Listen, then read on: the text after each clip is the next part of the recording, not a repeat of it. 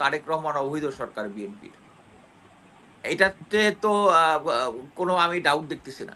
But এরকম একটা সিচুয়েশনে আমাদেরকে পলিটিক্যাল এমন একটা ডিবাকলের মধ্যে গেলে চলবে না। আমাদেরকে যেটা করতে হবে সহনশীলতার রাজনীতি করতে হবে। বর্তমান সরকার, বিএনপি সরকার অ্যাকচুয়ালি তারা ১ম এ গণভোটে না ক্যাম্পেইন করেছিল এবং পরবর্তীতে হ্যাঁ ক্যাম্পেইন করেছে। আ এবং বিভিন্ন জায়গাতে আমরা যেটা দেখেছি অ্যাকচুয়ালি গ্রাউন্ড লেভেলে মেক্সিমাম লোক না ভোটের ক্যাম্পেইনই করেছে। যদিও শেষ মুহূর্তে তারেক রহমান হ্যাঁ ভোটের ক্যাম্পেইন করেছে। সো আমি অ্যাকচুয়ালি মনির ভাইয়ের কথা এতক্ষণ মনোযোগ দিয়ে শুনে আমি বুঝার চেষ্টা করতেছিলাম যে উনি কি রিটটার পক্ষে নাকি বিপক্ষে আমি কিছুই বুঝতে পারি নাই। উনি যতক্ষণ কথা বলেছেন উনি শুধু বিএনপি জামাত এবং আ সাদিক কাইয়িমকে নিয়ে কথা বলেছেন। বাট উনার কথাটা আমি বুঝতে পারি নাই। বাট এইটুক বুঝতে পেরেছি যে সেটা হচ্ছে আ উনি পলিটিক্যাল রেটরিক নিয়ে কথা বলছেন। আমরা যে ধরনের পলিটিক্যাল আ রেটরিক আওয়ামী লীগ আমাদেরকে শিখিয়ে দিয়েছে, বিভাজনের রাজনীতি শিখিয়ে দিয়েছে এবং আমি মনে করি যে বিএনপি ওই থিমটাকে এগিয়ে নিয়ে যাচ্ছে, যেটা আমরা চাই না। আমার কথা হচ্ছে আ যদি এই গণভোট যদি সংবিধানে না থাকে, আ কিন্তু গণভোটটা হয়েছে এবং গণভোটের মধ্যে বাংলাদেশের 75% মানুষ হ্যাঁ ভোট দিয়েছে। এটাই হচ্ছে বাস্তব। এটার সাথে আমি যদি এখন বলি যে সংবিধানে নাই দেখে এটা হবে না, তাহলে আমাদেরকে এই ২০১২ সালের ইলেকশনটা এবং ২ টা একই তফসিলে হয়েছিল। তাহলে এই ভোটটাও বাতিল হওয়ার কথা আইন অনুযায়ী।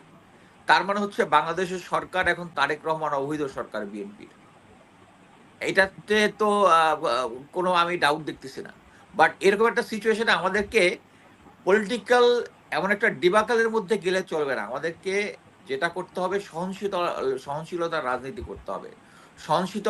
সহনশীলতার রাজনীতির জন্য আমাদেরকে ঠান্ডা মাথায় করতে হবে। এক দল আরেক দলের প্রতি আ এরকম বিতৃষ্ণা করলে হবে না এবং আইন এমন একটা জিনিস আমি যেটা বুঝি আমি অনেক আগে আমি বলছি তো ১৫-১৬ বছর আগে একবার আ ব্রিগে আ ব্যারিস্টার নাজমুল হুদা এবং ব্যারিস্টার রোকনউদ্দিন মাহমুদ দুজনের একটা ডিবেট শুনতেছিলাম একটা জাতীয় ইস্যু নিয়া ২ জন একটা আইনের 180 ডিগ্রি অপোজিট কথা বলতেছে। তারা হচ্ছে বাংলাদেশের মোটামুটি হাইয়েস্ট লেভেল আইনজ্ঞ।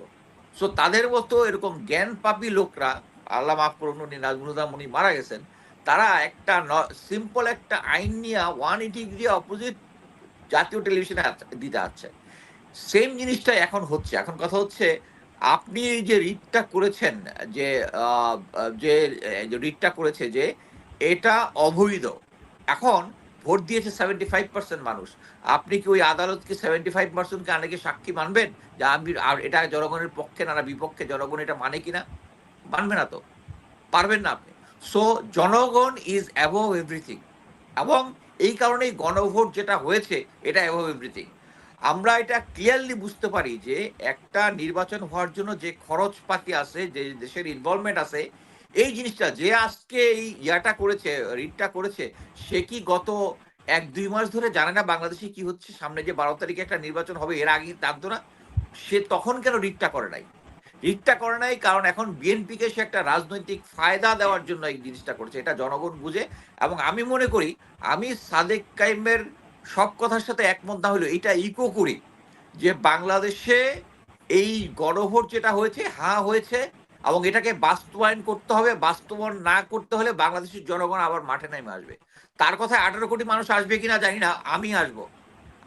এট লিস্ট আমার ভয়েসটা থাকবে এটার পক্ষে। এবং আমি একটা জিনিস বলতে চাই সেটা হচ্ছে বিএনপি সরকার ক্ষমতায় বসার পরেই তারা বাংলাদেশের মানে আমি যেহেতু আগে সরকারের অংশ ছিলাম, আ সেনাবাহিনীতে চাকরি করেছি। আমরা বিভিন্ন জিনিস দেখেছি। আমি গোয়েন্দা অফিসার হিসেবে আমি দেখেছি যে নরমালি যেটা সরকার চায় যে আমি এই জিনিসটাকে বাস্তবায়ন করব বাট সরকার এটা সম্ভবত আ এটার ব্যাপারে জনগণের বোধহয় রায়টা পজিটিভ না। সো টেস্ট করার জন্য একটা টেস্ট কেস হিসেবে একটা গুজব টাইপ বাজারে ছাড়ে। সো টোকা মারে। হ্যাঁ, আমি ১ম এ দেখলাম যে আমরা দেখলাম যে তারেক রহমান ১ম দিন অফিস করেই বলেছেন যে একটা বিচার বিভাগীয় তদন্ত হবে পিলখানা হত্যাকাণ্ড নিয়ে। এবং এটা কিন্তু মেইনস্ট্রিম মিডিয়াতে আসে নাই। কতগুলা ভুইফোর ইয়াতে আসলো।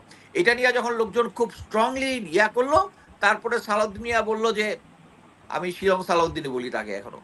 আচ্ছা, বলল যে সে নতুন একটা ইয়া হবে, বিচার বিভাগে তদন্ত হবে। এর ২ দিন পরেই উনি আবার বলল, "না, আগে আমি এই জিনিসটা পড়ি নাই।" এটা একজন মানে সংস্করণ থেকে মানায় যে আগে এই জিনিসটা পড়ে নাই দেখে সে বলছে এখন এটা হয়ে যাবে। তার মানে হচ্ছে সে টেস্টিং করতেছিল যে জনগণের রায় কোন দিকে যায়। এবং পরবর্তীতে আরেকটা কেস দেখলাম যে পুলিশ হত্যা মামলা হবে, পুলিশ নির্যাতন মামলা হবে। এটা নিয়ে হেভি হইচই চলতেছে। লোকজন কথা বলে একদম ফেসবুক গরম করতেছে, মিডিয়া ফাটায় দিচ্ছে। তারপরে আবার দেখলাম যে এরকম কোনো বিচার হবে না। এবং আমি যেটা মনে করতেছি এই সরকার সেই একই আওয়ামী লীগের পথে হাঁটতেছে। তারা এখন এই বাজারের মধ্যে এই রিটটা করে দিয়ে দেখতেছে যে জনগণের রেসপন্সটা কি। আমি একটা বলি যে এই জিনিসটা যদি করে, এই জনগণের গদির উপর নিচে একটা টাইম বোমা সেট করা আছে। ওইটার মধ্যে নিজেরাই গিয়ে আগুন দিবে যদি এটা করে। আমি আপাতত এই ব্যাপারে এটাই শেষ করছি। ধন্যবাদ।